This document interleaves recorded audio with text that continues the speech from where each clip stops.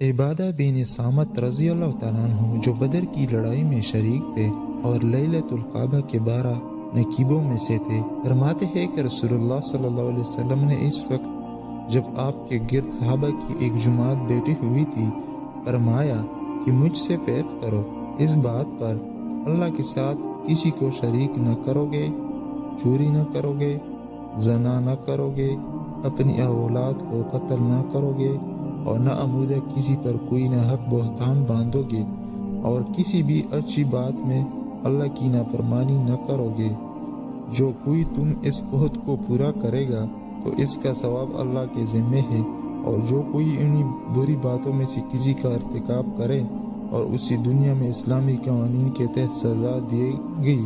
تو یہ سزا اس کے گناہوں کی بدلہ ہو جائے گا، اور جو کوئی ان میں سے کسی بات میں مبتلا ہو گیا اور اللہ نے اس کے گناہ کو چھپا لیا